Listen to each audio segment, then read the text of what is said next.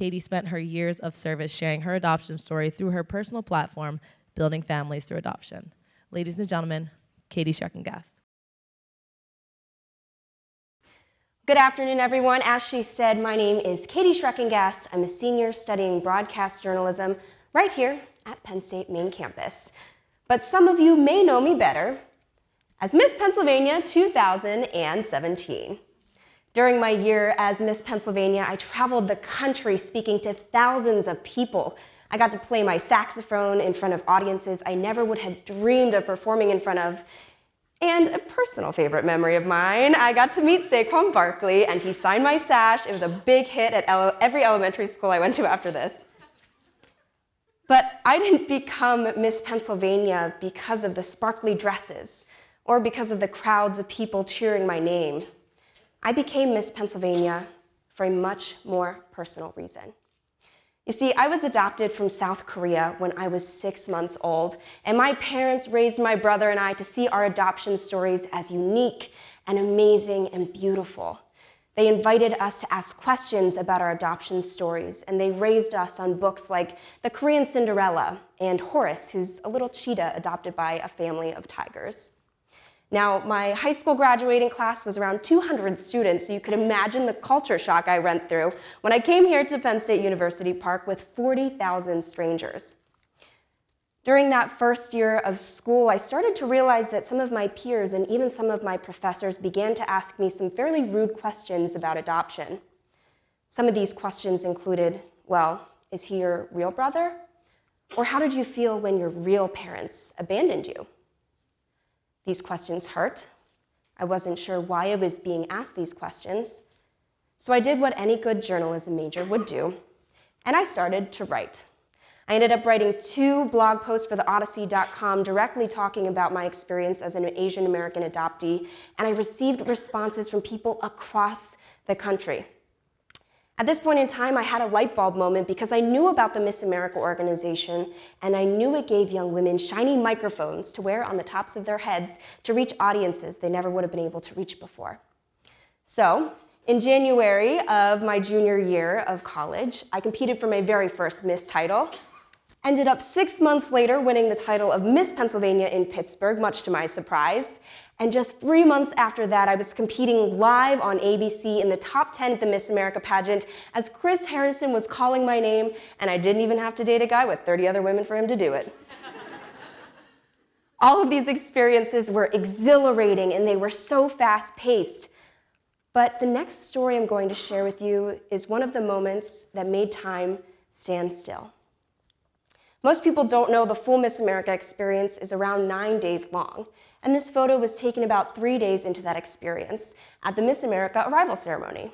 I was so excited to introduce myself to the people of Atlantic City. I remember walking up to the microphone proudly, saying my name, my title. I said I go to Penn State, and as soon as I said Penn State, a man in a swimsuit coming right off the beach yelled out, "We are!" And being the good Penn Stater that I am, I yelled back, "Penn State!" And without skipping a beat, I turned back to the microphone and I continued on saying, I chose my personal platform, Building Families Through Adoption, because I was adopted from South Korea when I was 6 months old. Then I put on a big smile, I swooshed my fun sleeves that you can see up there, walked down the runway, walked back, and continued on for the rest of the competition week. Right after I competed on national television, they kind of dumped us into this ballroom to be reunited with our family and our friends. And I couldn't find my parents just yet, but out of the corner of my eye in this huge ballroom, I saw a man waving his arms frantically. I thought to myself, this is a little weird, but I walked over and I introduced myself and he said, "Katie, you don't know me, but I know you." I was a little creeped out, but I continued to listen to what he had to say. And he said, "Katie, I was the man that yelled out, 'We are' on the boardwalk that day, and I am so sorry. I was so rude. I didn't even think about what I was doing." I said, "Don't worry about it. It's a Penn State thing. I got you. It's fine." And he said, "Katie, no, you don't understand. You see, I was adopted, and I have not talked about my adoption story ever. But when I was out on the boardwalk that day, I heard you speak about your story with joy, and you spoke so openly about your experience. And it made me realize that I wasn't living the life I wanted to live. I wasn't being kind to people. I was bottling up emotions, and I just wasn't being a good person. But after I heard you speak, I changed the way I speak to people. I apologized to the people I needed to apologize to. I found God, and I changed my entire life because of you. Now, after this whirlwind of a day, I really wasn't sure what was real and what wasn't. But when his words set in, it not only changed the way I viewed the rest of my year as Miss Pennsylvania, it changed the entire way that I viewed adoption as a whole. Because each adoptee reaches a different level of acceptance at different times in their lives, and that's okay. No two adoptee stories are the same. So, what can we do? As a Penn State community, what can we do to create an environment that's more inclusive to families from diverse backgrounds? Well, what's a good speech without a great acronym? And I came up with the LOVE acronym, and I hope that it will lead you in the rest of your future encounters with adoptees and their families. Oops. Now, the first step of that acronym is to listen. Now, this is arguably the easiest step to say out loud, but the hardest to do. Now, if I could see a raise of hands right now, who in here knows an adoptee? I could count. That's amazing. Almost everybody in this room knows an adoptee. And that's wonderful because that means you have the resources to listen. You have the resources to listen to how an adoptee speaks about their family, speaks about their specific instance and their specific story. So I know many of us want to start with questions, but start by listening. The second step is to observe, and I have found recently in my life this has been hardest for waiters and waitresses to do, because when my family goes out to dinner, now that my brother and I are both adults, a lot of times we're asked if we want 2 separate checks. But if a waiter or waitress had been observing, they would notice that I probably called my mom, I probably asked my dad for rent money, and my brother and I probably had some kind of sibling something going on.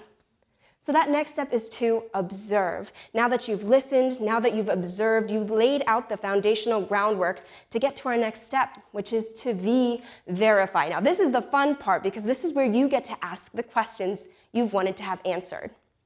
If you have a question, don't just fill in that question with your own answer. Don't be afraid to ask an adoptee. Now, it's also important in this step to recognize that if an adoptee is ready to speak about their story and speak about it openly, they will. And if they're not, they won't. So also respect that as well. Now, the last step is the most important, and that is to educate. You all now have the tools to educate, and to educate is to create a catalyst for change, and you all now can do that. You all now know that if you hear someone saying, well, they abandoned her when she was young, that the correct terminology is to say they put her up for adoption because they knew that another family could give her a life that was better than what they could provide. You also now know that if someone says, oh, that's her real sibling, the correct terminology is to say biological sibling. You all now are able to create that change. Now, if you took nothing else away from my conversation with you all today, I hope you remember this. Family is family no matter what. Now, today I talked a lot about adoptive families, but diverse families could also include step families or children raised by their grandparents. The definition of family changes daily, and I think that's a beautiful thing. So I'd like to leave you with the words of my favorite human being ever, Ellen DeGeneres. Be kind to one another, and remember to lead with love. Thank you.